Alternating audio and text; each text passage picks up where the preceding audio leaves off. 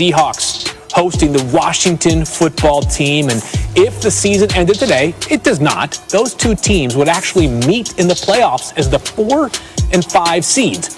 Right now, the Cardinals and Saints are also in line to play one another, as are the Buccaneers and Rams, which would be a fun rematch between Tom Brady and Jared Goff, who, of course, once played as the opposing quarterbacks in the Super Bowl. And the Packers, of course, would have a bye if they could hold on to the number 1 seed. Well, let's get right back into that game that we just told you about, Washington and the Seattle Seahawks. And it's important that we get an update from the most plugged-in man in football. That is, of course, Adam Schefter. And Schefter, we've got a few notable injury updates. Let's start in Washington with quarterback Alex Smith. Well, Field, Alex Smith did not practice today. He was there at practice. He just did not go through drills. Now, Ron Rivera said he would be comfortable if Alex Smith didn't practice all week and could play on Sunday. It's an important game for Washington. You have to figure they'll be careful with Smith. If he can't play, Dwayne Haskins would start. As for rookie running back Antonio Gibson, he was also present at practice, but only working on the side with trainers. Gibson missed last week's game with a turf toe injury. We'll have to see how the rest of the week goes in regards to his availability to face the Seahawks on Sunday. But Washington did sign Lamar Miller off Chicago's practice squad, an indication that Gibson may not be able to go on Sunday. Yeah, and Peyton Barber also banged up in that backfield a bit. More from Shefty throughout the show because there's all kinds of news rolling in during this afternoon hour here. But Dan, this Washington defensive front, I mean, we know they're stacked with talent, all sorts of first-rounders up front, but the group has really made some strides in recent weeks and been even better than ever before. What do you think has contributed to that? Yeah, two things stand out. So you mentioned that defensive front and them getting better. So I reached out to a coach on their staff and I said, like, what's the deal? And, you know, I think that people forget that there's two coaches on that staff that have been successful head coaches in the NFL. Obviously, Ron Rivera, but then Jack Del Rio. And Jack Del Rio said, like, we're starting to really trust each other up front. And then if you look at this defensive line, some people believe it's just a 4-man rush. It's not. They vary that front a little bit. Sometimes it is 5-man where it's like, we're just trying to get 5 one-on-ones. Our 5 are better than your 5. That makes the quarterback miss his throw. And then they'll give a 4-man front. All right, now 4 rushers. Nope, Chase Young, we're going to drop him out. He sees that tackle go up, now go kill the quarterback, which he does. And then another option, well, they'll show that 4-man front, but we're bringing another guy off the ball. Again, trying to get those 5 one-on-ones, letting our athletes be dominant along the line of scrimmage. So you're talking about this defensive front that the first-round picks have certainly hit, and the talent is there. But then you're also looking at, like, this is really good coaching. This is coaching that knows how to teach, and it's given those players, they've got the clout for those players to go, all right, we're good. How do we become really good to great? And that's what's happened in Washington over the past couple weeks, and they trust their coaching.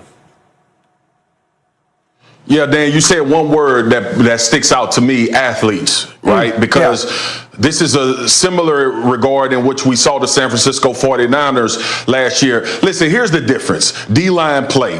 All right, if you have an Aaron Donald, guys benefit from Aaron Donald being on that defensive line. That's not to take away from Brockers and all of those other guys. But Aaron Donald creates that. The Washington football team has 3 guys like that can win one-on-ones on any given play, and that's how we saw the 49ers operate. So Jack Del Rio has the freedom and athleticism. Dan showed you with Chase Young dropping out. Vitally important, man, to switch up looks. You can disguise pressure when you have athletes up front on the defensive line, and Jack is doing a tremendous job. He understands the guys that he has in the dynamic of this front 7 that he's creating havoc with. And this is the team. This is the team that was like San Francisco last year. You do not want to get behind and get into pass rush downs, pass rush situations. 3rd and 7+ is the worst down you can be in against this defensive front. And not to mention something we talked about a few weeks ago. They are tall, long, and lanky. They get their hands up and bat balls. So 3rd down is a hell of a down for offenses trying to convert. Yeah, you certainly know that Swagoo loves breaking down a defensive line filled with a bunch of former first-round picks like himself. But let's talk about the other side of this game, Key. And this Seahawks team a couple weeks ago, facing off against a frisky NFC East team, the New York Giants, came out and was flat. They basically spent 60 minutes admiring what the Giants were doing. Well, I think are you concerned at all or no? I think when you look at it, though, Phil, a lot of times teams think things are cakewalks. They look at the Giants and they say, okay, we just got rid of Arizona. We went to Philly. We smashed them. The Giants coming in, Colt McCoy.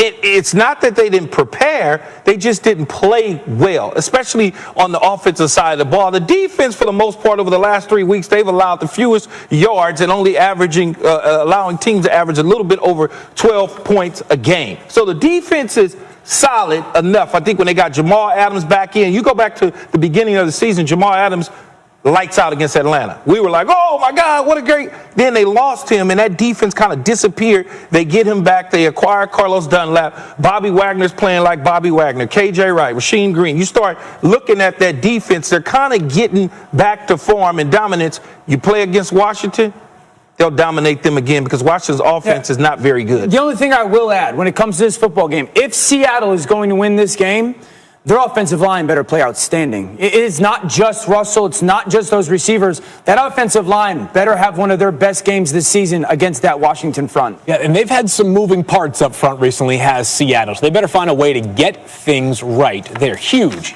game on tap. You know, Green Bay is on a roll, and Aaron Rodgers is having an MVP-worthy season. But is that enough to get Lombardi back to Lambeau? Answer to that and more on NFL Live. Plus, Dan, what do we got next? I mean, this is the most important segment of the week. The Dan Wagon, right? Keyshawn's favorite thing. We've had quarterbacks on it. We've had a couple wide receivers on it. We hit every week. There's going to be a new addition.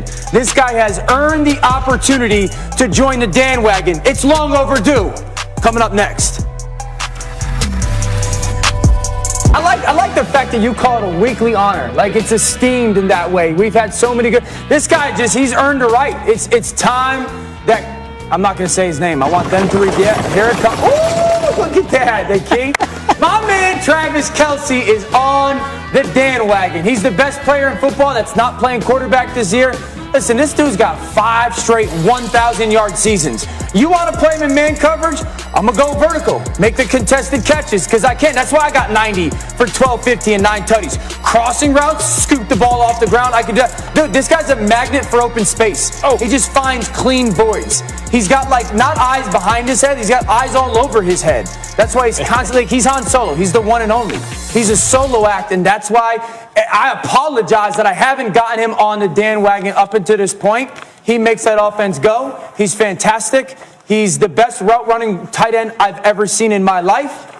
He's on the Dan Wagon. This is a franchise that once had Tony Gonzalez, and we debate whether Tony Gonzalez, at least there is a conversation about whether he is still the best tight end in franchise history. That's how good Travis Kelce has Tony been. Gonzalez was never on the Dan Wagon, though. Maybe there's time for him later. Let's take a look at what Travis Kelce's been able to do this season. He's been split out or in the slot as an outside receiver on 73% of his routes this season. And according to Next Gen Stats, Kelce has had the 4th highest double team rate at those pre-snap alignments this season.